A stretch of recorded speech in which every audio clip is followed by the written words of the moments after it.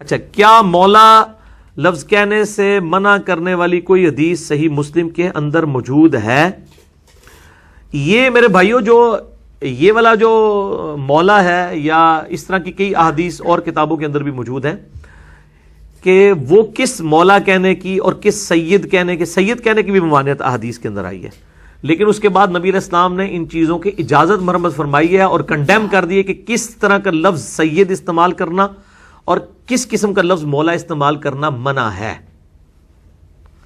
سید اور مولا یہ دونوں الفاظ آپ نبی علیہ السلام کے لیے بھی استعمال کر رہے ہیں، اور اجماع ہے، آپ دروشی میں پڑھتے ہیں اللہم صلی علی سیدنا و مولانا محمد، اے اللہ درود بھیج ہمارے آقا، ہمارے سید اور ہمارے مولا، ہمارے جگری یار، ہمارے دلی محبوب۔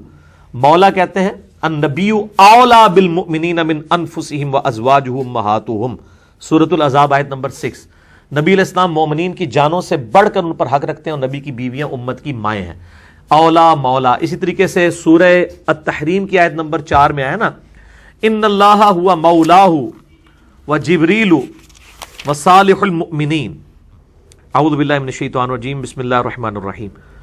فَإِنَّ اللَّهَ هُوَ مَوْلَاهُ وَجِبْرِيلُ وَصَالِحُ الْمُؤْمِنِينَ، بے شک اللہ کا مولا ہے جبریل، اللہ کا جو اللہ مولا ہے نبی علیہ السلام کا، اور جبریل علیہ السلام بھی اور صالح مومنین بھی، وَالْمَلَائِكَةُ بَعْدَ ذَلِكَ ظَهِيرٌ، اور اس کے بعد فرشتے بھی نبی علیہ السلام کے مددگار ہیں، یعنی ظاہری اسباب کے اندر، غائب میں پکارنے کے لیے نہیں۔ تو قرآن نے کہا ہے کہ اللہ بھی مولا ہے، جبریل بھی مولا ہے، اور صالح مومنین بھی نبی علیہ السلام کے مولا ہیں، یعنی پشت پناہ ہیں، ان سے محبت کرنے والے ہیں۔ اور یہ نبی علیہ السلام کی بیویوں کو کہا گیا کہ اگر تم صحیح روش اختیار نہیں کرو گی تو یاد رکھو ہمارے نبی کو تمہاری کوئی ضرورت نہیں۔ اس کے بعد پھر آتا ہے کہ اللہ تعالیٰ تم بیویوں کو الگ کر کے نبی علیہ السلام کو اور بیویاں دے دے جو عبادت گزار ہوں گی، جو روزے رکھنے والی ہوں گی، جو تابع فرمان ہوں گی، وہ بڑی ان کی خصوصیات آئی ہے۔ اور اس حوالے سے میرا مسئلہ نمبر 105 ریکارڈڈ موجود ہے، جنید جمشید پر گستاخی کے الزام کا تحقیقی جائزہ۔ اس میں نے یہ سارا نبی علیہ السلام کی بیویوں کو جو اللہ تعالیٰ کی طرف سے اس حوالے سے یعنی سخت گرفت کی گئی قرآن حکیم کے اندر، میں نے اس کے اوپر ڈیٹیل کے ساتھ ڈسکشن کی ہے۔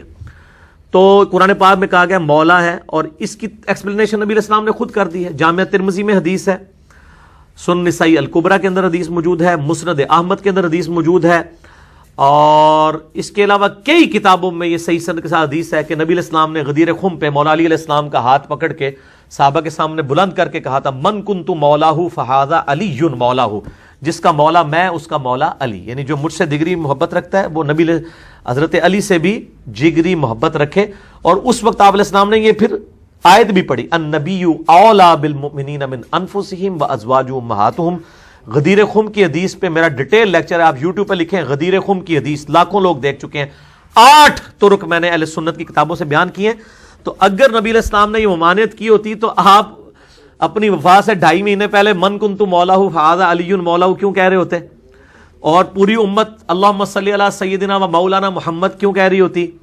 اور پھر آپ دیکھیں صحیح بخاری میں ہے کہ سیدنا عمر کہتے ہیں کہ ابو بکر ہمارے سید ہیں جنہوں نے ہمارے سید بلال کو آزاد کروایا، سیدنا بلال کہا۔